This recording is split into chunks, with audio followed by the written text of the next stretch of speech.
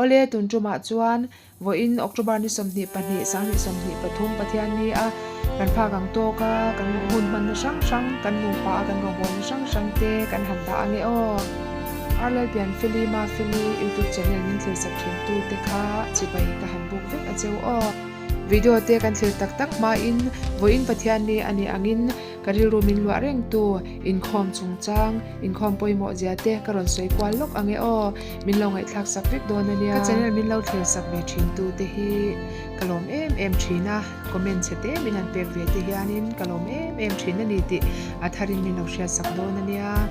vo in pathian ni hi engtin nge in man ve chu ka shelawa kan thei ang tok thewin kan omna huna amai cham te kan pan theu te kan ringota ke ni po pathian ni amai chama kalin kanin khoma anwam phut mai lai pa thara win ompuya dam taka kanin khom thei te hi alomam mai ke ro o pathian mal som na liawani a nun na te dam na te min petu lai pa fak le choi moi tura amai chama han kal thei te hi alu tak zetani chuwang chuan hebrai bung som chang som ni kali le ni nga kan muang khan te kho polan min lo shilangin ni te lo nai te la in shating in fui ton mesle zon sa ro u atia abul lama khan then khat ti dan anga kanin khom te ban san lovin ati boka apoi mo hle mai in khom te mi in man lovin pe lovin chak lo le chi ma sela ke ni chu lalpa local thenga in khom tang pol te zinga mi kan ni hi apoi mo le mai in khom hi I war de wang o patian ni alo thlen te hian kanin mo khom te mo san ho te hanin mo khom te anwam thina lalpa fakle choi moi te hi akham om lo em ani karbule tanga kar top thlengin na tho thei na hun tha pathian in pe a rim takin kan thoka kar to palo nia in rini zan lo ni chuan amai chama lalpa pol turin kan kalte alo ngaya pathian ni alo thlenga Sunday school te tu cha te ngai tha turin kan in khom te alo ngaya chung huna chuan hu takle ti tak zetin kan nun chan kan dam chan nakina po a min shwai tu tur lalpa betur le ama pola ama faktur hianin amai chama kal zel turin in bua sai sau sawang u voinia damdoi in te kan thlir chuan damdoi in huna te na tak tuaran tam ema an room ngoya eile in theilo te chele theilo te ni khoshelawa le dreng te IC wa a khol manga thok tir te ventilator manga chan trok te an omhan mo phei chuanin kan dam hlut zia te hi kan nge tu athar fo apoi mo ani chuwang chuan dam hlut zia te hi kan dam lo hian shetar thini la dam na kan du a kan di la kan tong traya kan dam lovin min tong trai pui ro kan ti thina ma se kan handama min ti dam tu lalpa choi moi tur hian chuan lam kan nga le si thina kan thengin le de thina ni kan ngai pui mo zo le tak thin lawani chu bang chuan kan dam lo che hian dam nom zia te kan sia a dam thak le om zia te kan sia a pathian kan ma mo zia te kan chuak thina kan dam hian thengil to lovin kan dam ta a lalpa kavalom tak ti alalpa hne na lom thu soi turin amai chama te ikal thinila ko shan ho te hi ibel tamila ti tak setin lalpa rong hi ibolang u ni te that to lo awangin rem chan te po hi kan leizel angaya in khom the na hun tha kan nei lai te yani amila lalpa hi local trip to ani ma na po local trip to kan ti a tu na phei chuan local nai to ngotang kan rin tir lai ai chuan kan chan dam nani chu anai ta jok si a tir ko polan alo ti angkhan kan rin tir lai ai chuan tun din huna hian lalpa local hi kan nai to hle ang ti kha ringila chuwang chuan kan ru kan taksa kan tharau apuma hum hima oma anen kan thlen theina turin rin omle fel taka omin ni tin arong ibol tatang ti kha kat thupui lo ni theu ro se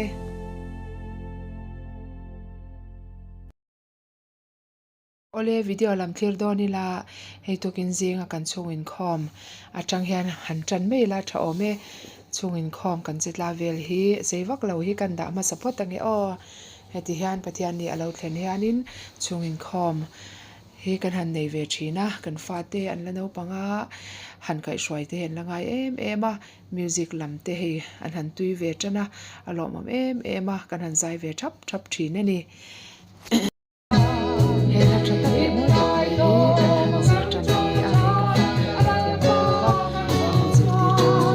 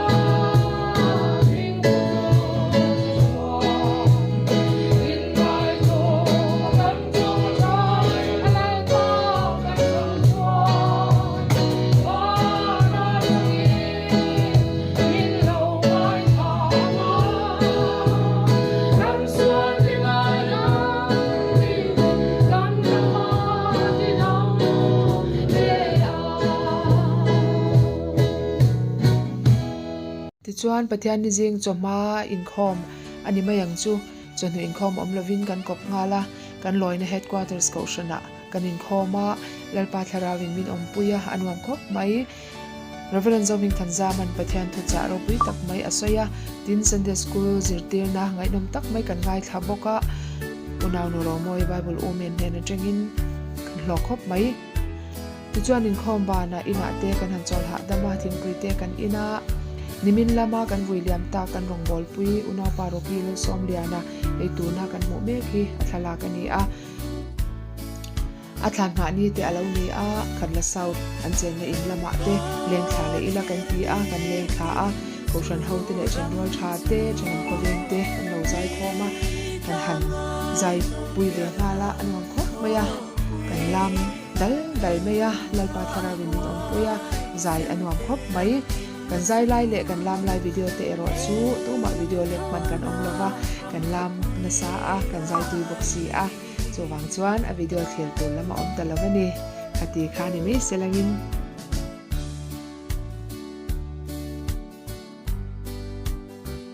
tui taka kan zai khom nu in kan chin ta a ti chuan hei video kan clear tananga video kan mo ang hianin kan rongbol pui office lama kan tho pui ne bok unaw pa evan ms tong liana te chen na in mission venga ta mission venga mong lampanga hianin kan zuk lo a kan zuk kala hei an chen na in a kan hu do na ni anang kop mai kan surprise thot do chewa kan surprise thot chewa o hengai taki o kaka i khonge ma pui hi oi oh hei ti hianin kan tho pui ona pa ma donga chan pa kan ti nei thina chan pa ma donga hianin in an wa mek lai achung kong an changin achung le thangin alo jam le to a ani pathian ma sam do min ti hian a in chung sak alo chun jam le thei he lom pui om em maya hei kan han thlir chho vela a thadon ko mai a in atanga ka che vel a view sang te po kan han na kwal vel ve ani hi ko vela kan om chungin ka chen na in le lo tha te kan lo ma mo a chuwang chuan kan thoka kan ei boka kan tho atangin yanga in le lo te kan din thei te lo ma em a tho pui te in le lo han nei te hi ai lom pui om em china in lu te kin ni kan tho pui pa po hi ai sak chun ngam te hi kan lom pui em ni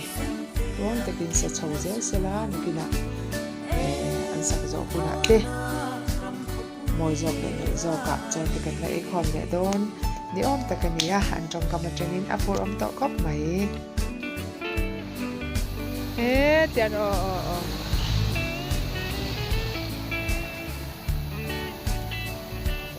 room number 5 vel lek ani hei chu ting nai vel room number 5 tu floor number 5 tu ani thakho mai chan pa in chu ti hi ni kan ma zoi ni chuan chan pa ma dong ate in kan chha san le a heta jubilee Diamond Jubilee Building kan tia kan ko shan hian isun veng thang model veng lama hianin Diamond Jubilee Building mana pucha mate hun lain an lo sa to a ko shanin chumi chu ko shan thok tu ten le amamo ten helai in hi an lo wa thina tuna hian kan rong bol pui kan tho pui unau pa bi banner swaya damdoi ina an zai ake athir phoman an lo chuaka chumi an zai chu an lo chuak limani nimin lamma nimin pia lama an chuaka ti chuan hei kan han tho ve ani wo in tlai kan hun oren changa hianin kan han tho ve he an chung te kan an luta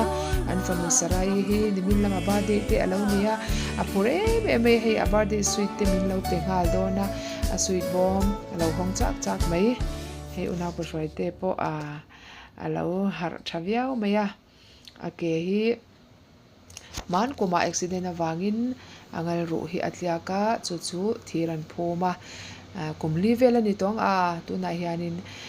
phor angai he anti chuwang chuan an han jai hong le thir phum te an han phora ti chuanin ti hianin operation a han tok le ta ni ang poni se ina anin en kolanga dam travel tura ngai la ti hianan ina hian lim takin hun kan manga kan hanin koma ti chuan kan pa in tong trai na te manga ti chuanin an in a then oma hian pindan le lam chi hianin kan kal le ngala pindan le lam chi hianin unau pa la hruai te anu an cheng ve thungani ei tuna kan thir kwal vel hi Jubilee Building che vel a kom thlang te in alo om nia to mai mana saktir ni lai chuanin a kom thlang vela hian ram ruak ve kania tuna chun in alo om tanwal mai na hian a chenom ina kan ru le meka shwaite fanu no eli le afapa Juliana kan han mowa andu om le your name tell me mashwaya hi district secretary Reverend Pierre de Sanga driver ni meka thank you Anile, your brother's name? My brother's name is Oi, wait, very good. Thiam lu tuk le kha lo thiam zel ro. Na sa dewi ni sira ngai shem. Chuan in na kina. Mr. Doctor te puilan ya nga tro. Le in fel lu tuk Una pa mashwaya te in atang hian kan chuaka an in hnuai chi kan lut le ngala an in hnuai chi Jubilee Building ground floor hi tuna hian opalian khuma ten an in an sak an la pe fel che lo wangin ruma an manga an lu ti chuan hian in chunga kan an luta an nu moi hi adam lo na re to ema cancer ani kan tong trai pui china phai lama te an kan zak renga ma se pathianin anun na te achela hei har takin alo oma kan han kan ve tong trai na te kan han man sak ve kan pa in tong trai na te aneya ti chuan kan in koma thla te kan han la hawa helaya ti kwatlang headquarter sa kan hoi ve achina kal na hun rim chang te kan ani thelo ema ti hian office alo yan changa in komrin thin kan ni kulian khoma hi in bia in ngai te kan ni chin te min nei den thin min du sak thin tu ani voinia hianin hun rem chan na te lein hianan ina kan han plo an nu moi po kan han plo ve ani thla te kan an la hawa anwam khop mai nu moi po rin ai na lo har tha hei an pai na han tung thowa tung thau nga ta thalak te thlanin lak pi te kha du le alom om khop mai atianin te dam ze sela lo har ze sela rei tam min dam pui se kan du ani upalian ko mai hi headquarters ko shan upamin bel pol te zinga mi ani to kaushana po anin man na te arei to ko shan nei tu tak tak ani misun veng thang model veng lama hianin in le lo thatak mai an leya chungan in le lo te chu an sa tha me ka ni a chumi awang chuan an sak tha chunga ta na helai jubilee building hi an lo wa ve ani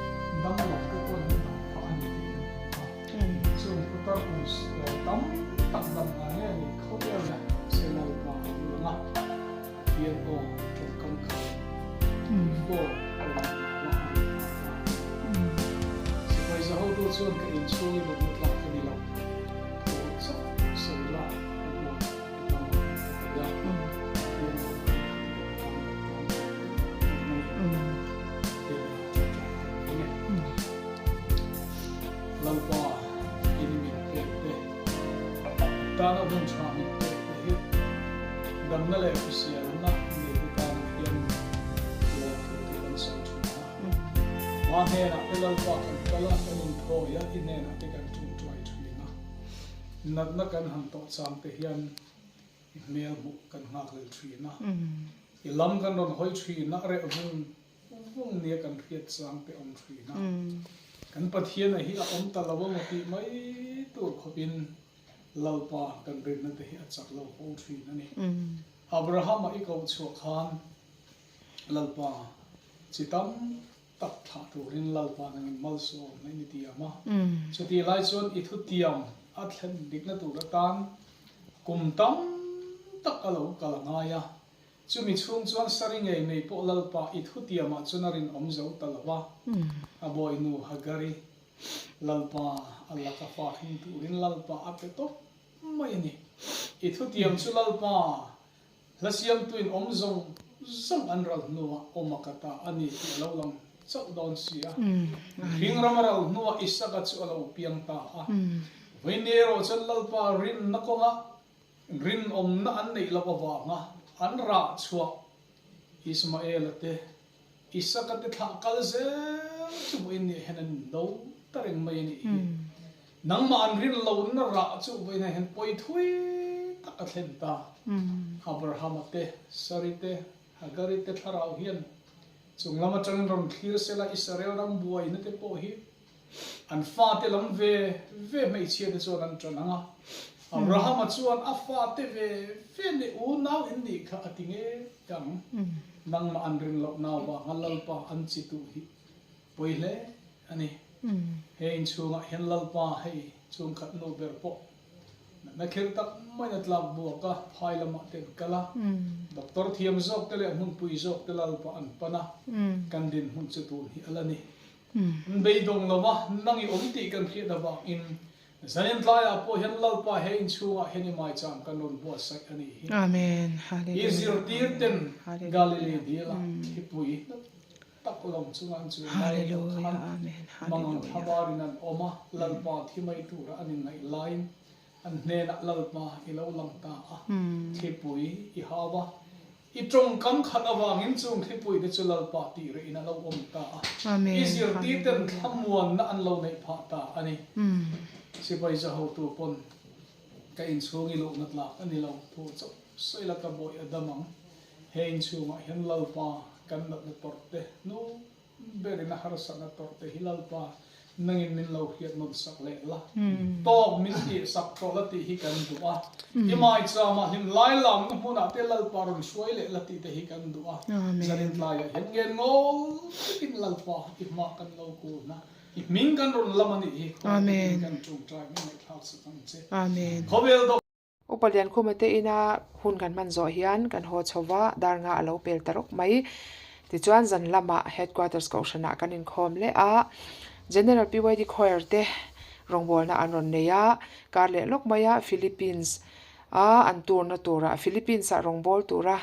zai pol te an fe chhuana tura ta na tholom te khonin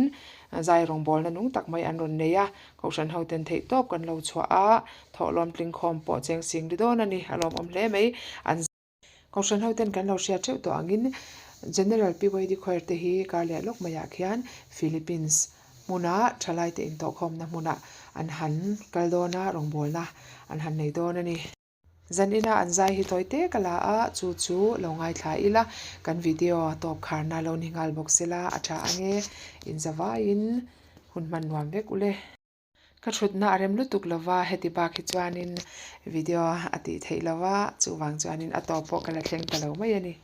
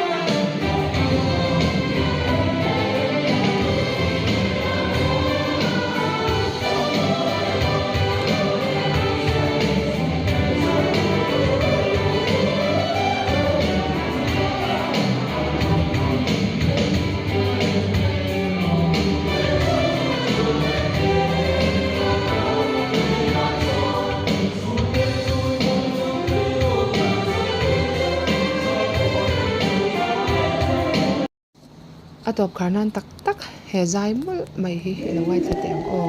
general pyd choir te hian music tel mi lawin ahangin orwal mon tuk main an sa ani hi kan upa sila ni moi la pa tu thum la dik tak kan pathian tu thum puan chua na kan thurin puan chua na haro pui tak mai ni e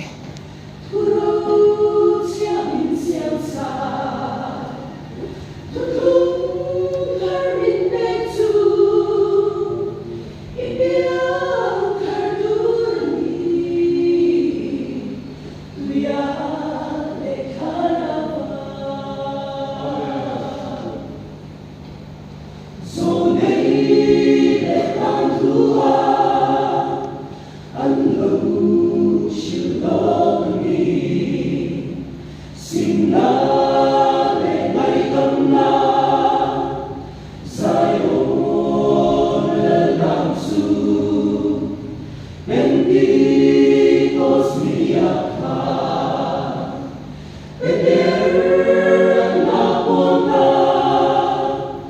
Hãy subscribe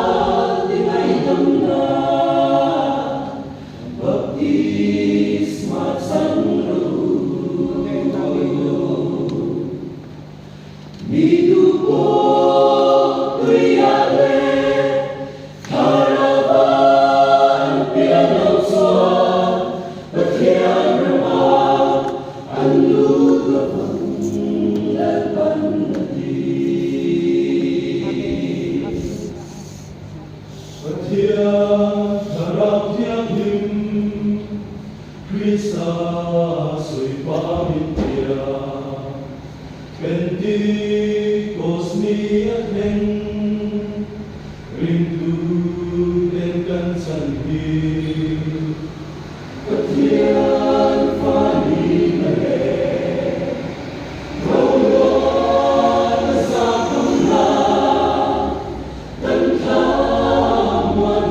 hấp dẫn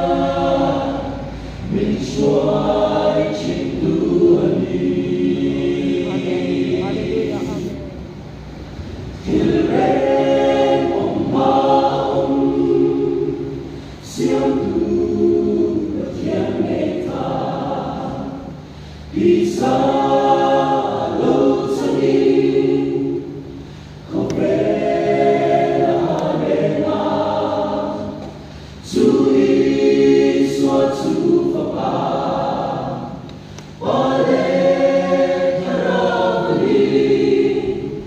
Alpha